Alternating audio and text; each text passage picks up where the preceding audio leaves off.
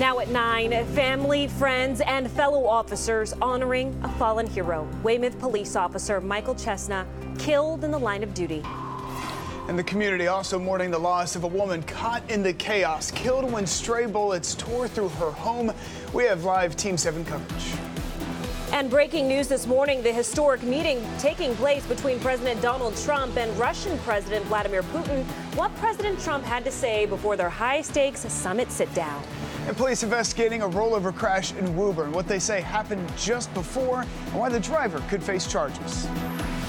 This is 7 News Today in New England. All right, good Monday morning. It's 9 o'clock as we take a live look outside. We're off to a humid, muggy, and quite foggy start, but we know that'll all clear out eventually. Thanks for being with us. I'm Amaka Ubaka. And I'm Justin Orr. Did you see the flies there wanting some FaceTime kind of flying through? So it just kind of seems like a blah start to a Monday, but there's an upside. Meteorologist Chris Lambert standing by with more details on that. Chris. Hey, we have a sunshine breaking back out. Yeah, a little bit of a summery soupy air mass in place so far this morning. Want to take a look at the temperatures, and it's very easy to see who's had the sunshine and who hasn't over the last couple of hours. 80 sunny skies right now in Nord, Plymouth as well, 72 in Boston, 68 in Bedford. So you clearly can tell where we still have some low cloudiness and fog, and that's from Boston to the north and to the west. Although getting a little bit of hazy sunshine back into the city right now. All's quiet, radar and satellite composite. Nothing going on in terms of the rainfall department as of yet. We will have a few isolated storms that will pop up mid to late afternoon today. We're close to 90 inland. We'll hang tight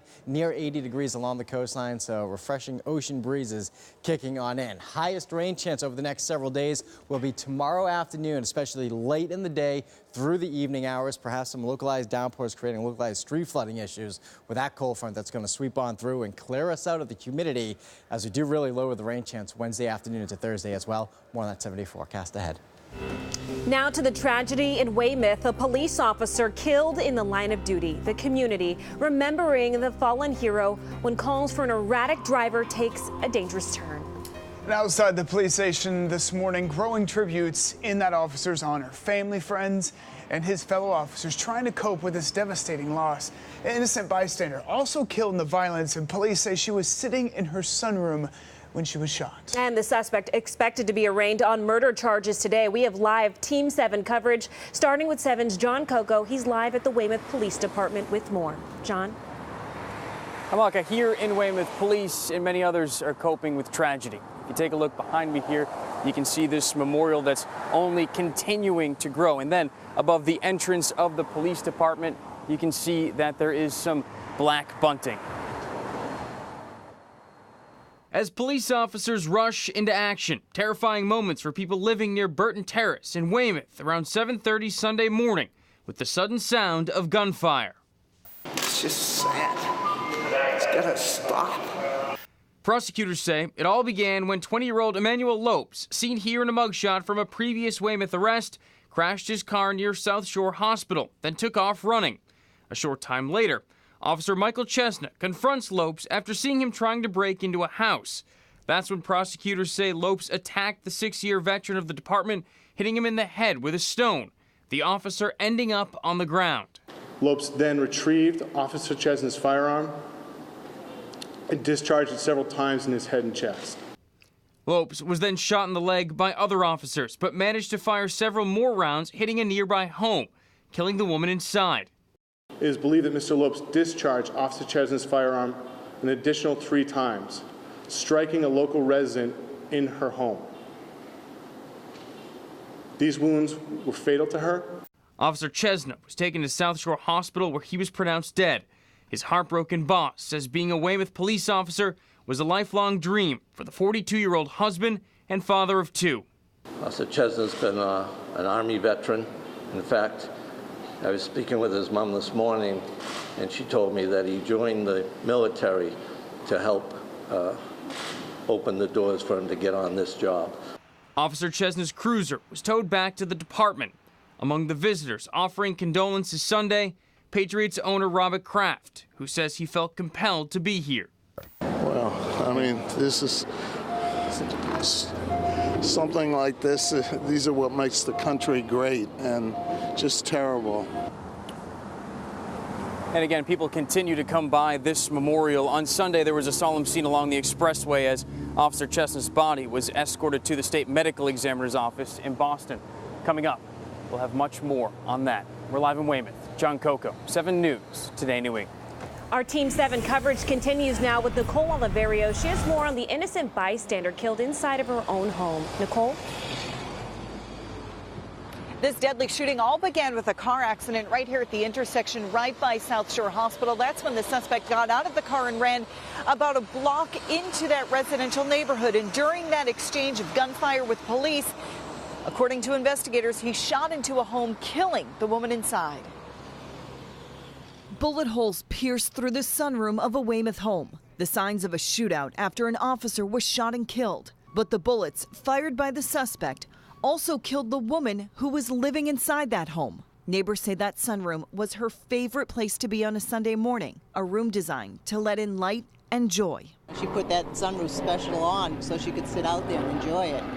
You know, so to know that she was sitting out there this morning just minding her own business at 7:30 in the morning, you know, that kind of upsets you. The district attorney's office has not released the woman's name, but say she was just an innocent bystander. Neighbors tell us she was an elderly widow and describe her as vibrant. Fun, energetic. I hope I'm like her when I'm that age.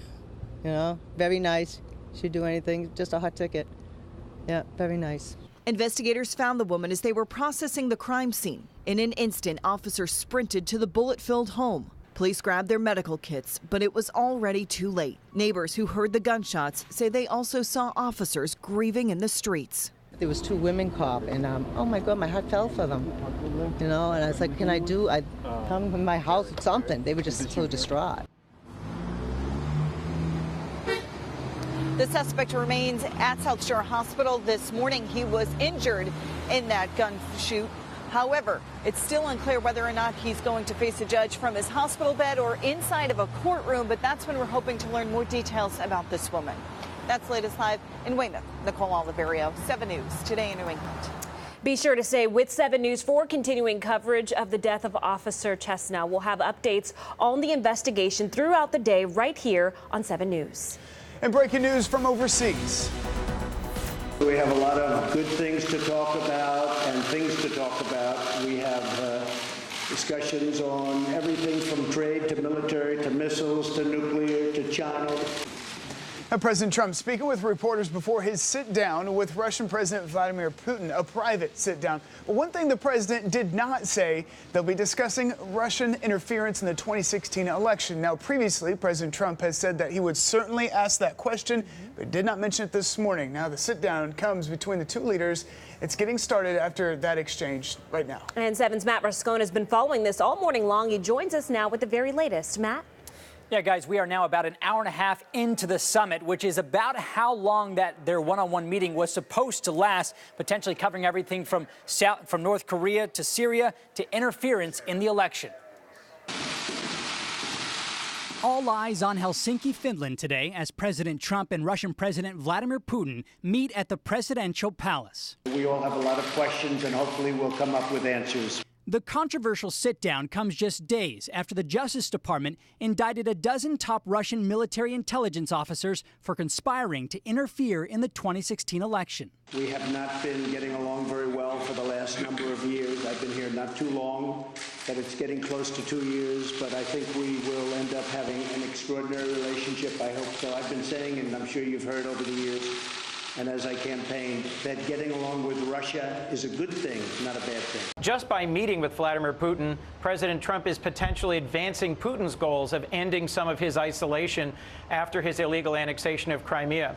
So I think he needs to make it clear that we know that they interfered in our 2016 elections and stop calling this a rigged witch hunt. But that's exactly what the president called it in his recent interview on CBS. I think we're greatly hampered by this whole witch hunt that's going on in the United States, the Russian witch hunt. And again on Twitter today, our relationship with Russia has never been worse thanks to many years of U.S. foolishness and stupidity and now the rigged witch hunt. I don't expect anything. I go in with very low expectations. President Trump has said he will bring up Russian meddling in U.S. elections, but he doesn't expect Putin to admit anything.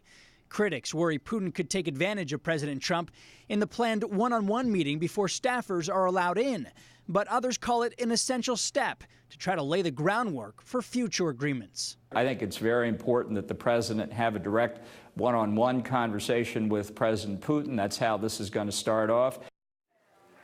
And the big question now, of course, what's happening behind those closed doors with only translators in the room? We expect to hear from both leaders later this morning. Matt Rascone, 7 News, Today New England. And their summit will be followed by expanded meetings, a working lunch with staff, and then a press conference with both leaders. That's scheduled for later this morning. You can watch that news conference when it happens live right here on 7 News. Now at 9, a police chase ending in a rollover crash in Woburn. Police say it all started in Burlington after they spotted an SUV being driven erratically. And when they tried to pull it over, they say that the driver refused to stop. 7's Carrie Corrado has the latest from Woburn. Police say alcohol played a role in this crash. They say they found several bottles on scene, and this is exactly where it happened. It's the highway ramp of 95 North near the Route 38 rotary. The scene is cleared, but this is what it looked like moments after our crews got there. Notice the car smashed into a guardrail. This all started after police noticed the driver swerving. They attempted to pull the car over after thinking the driver may be drunk. They say the car took off on 95 and at one point driving down 95 the wrong way and nearly hitting a police cruiser. The driver eventually lost control, rolled over and crashed, and they say the driver was ejected from the car and taken to the hospital. They say the driver is a 24-year-old man from Uganda, and his condition is unknown at this time. In Woburn, Carrie Corrado, 7 News, Today New England. There's more news today. An immigrant mother and her 9-year-old son reunited in Boston over the weekend.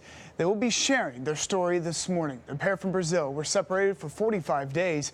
And this is the moment they finally saw each other once again. The mother claims they fled Brazil for their safety, but were separated at the U.S. border. Her son was in a facility in Texas. The mother's attorneys argued that she and her child were reunited right away, and the judge ruled in their favor. Boston police now asking for your help as they search for suspects in a fight that sent a man to the hospital. Now, this happened in Dorchester on Saturday night. Police say the fight broke out near a home on Milton Avenue. Now, one man was seriously hurt. Officers say he was found unresponsive in a crowd of at least 30 people. And authorities say a hiker in New Hampshire has been found safe and sound. A 37-year-old man from Abington was reported missing Saturday. Officials say he was seen hiking a trail on Mount Washington. They also say that a search team later found him walking down the road wet and tired. The man says that he took the wrong turn on the trail and ended up in a drainage system. All right, your time is 9:13 on your Monday morning. There's still much more ahead on Today in New England. The suspects in an alarming assault in Whitman going before a judge after police say they opened fire with a BB gun. Sunshine breaking out, high humidity over the next couple of days, and we'll track widespread storms by late tomorrow. That forecast ahead. And the day of deals about to begin. Why this year's Amazon Prime Day will be a little bit longer. Ooh, time to go shopping, but not in the car. Wait till you get to the office or home. It's going to be busy out there on the roadways and on the tracks. Details after the break.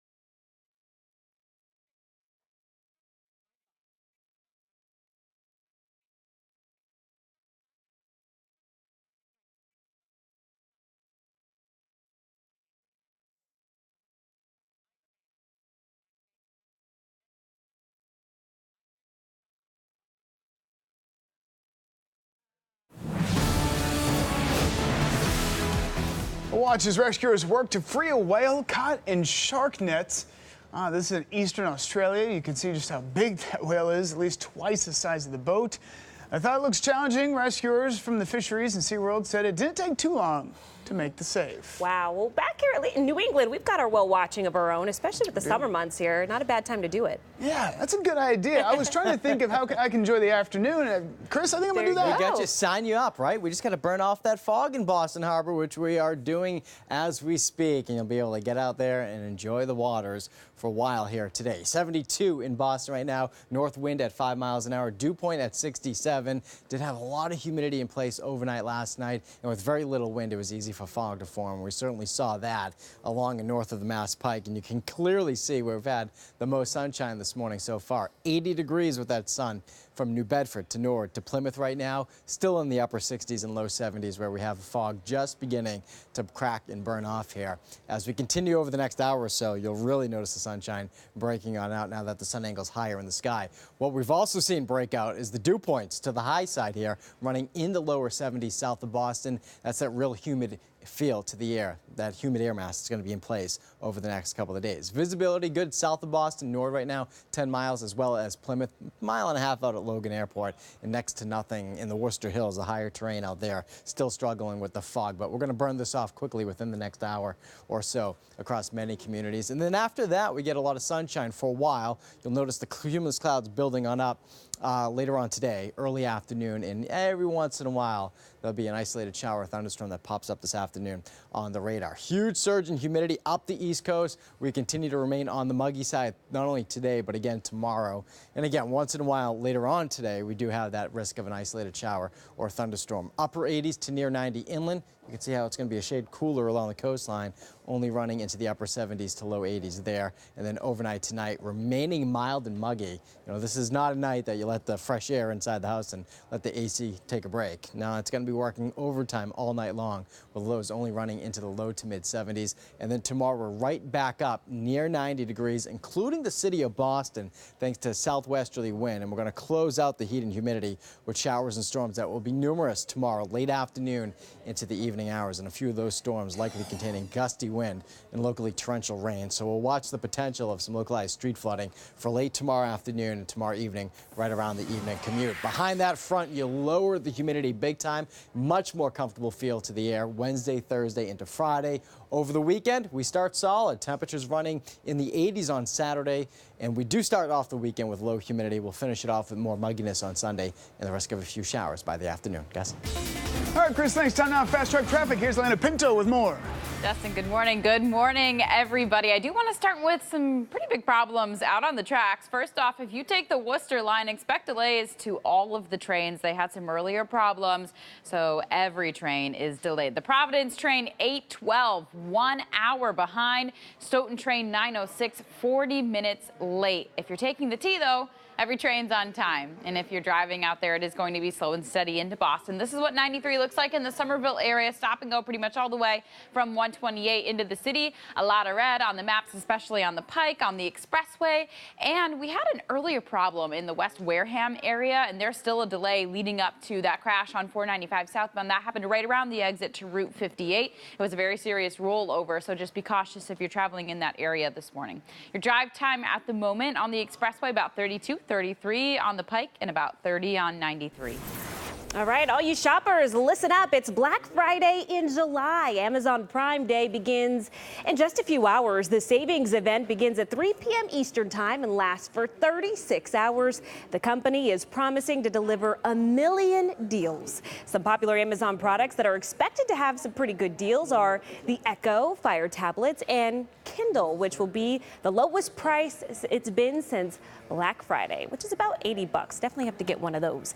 Amazon is offering a number of deals on subscription services such as Amazon Music Unlimited, Prime Video, Audible, and even Whole Foods, where you can get a $10 Amazon credit after buying at least $10 worth of groceries. Now, a lot of deals are also being kept a secret. However, there are plenty of stores ready to match those Prime Day prices. Secret deals, building the suspense. Well, now these other stores are offering prices year-round, so take a look at these. Stores looking to compete with Amazon sales include Bed Bath & Beyond, Best Buy, Home Depot, Walmart, and others. Target's also on the list there. All right, got to take advantage of the deals. Coming up on Today in New England, a youth soccer team speaking out for the first time since their rescue from a cave in Thailand, what they're saying about the miraculous save.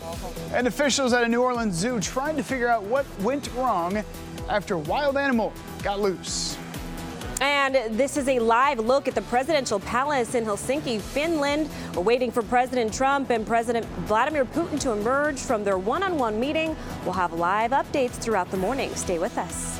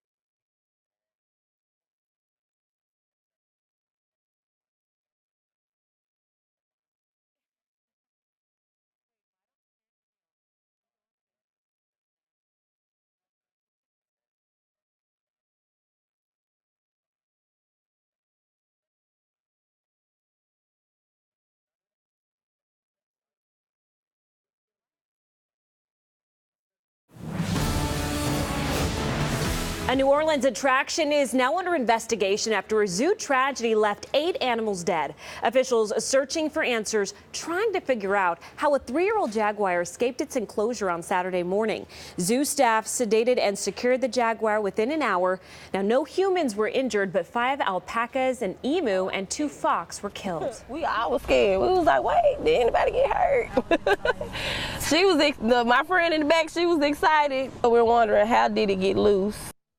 So officials say the jaguar is being held at a night house during this investigation. Zoo staff are trained for these type of situations and are ready to respond when it happens. Well, teenager Virginia is recovering after he was burned by a dangerous plant. Listen up to this. His 17-year-old was taken to the hospital after coming in contact with a hogweed plant while doing landscaping work. He suffered 3rd-degree burns on his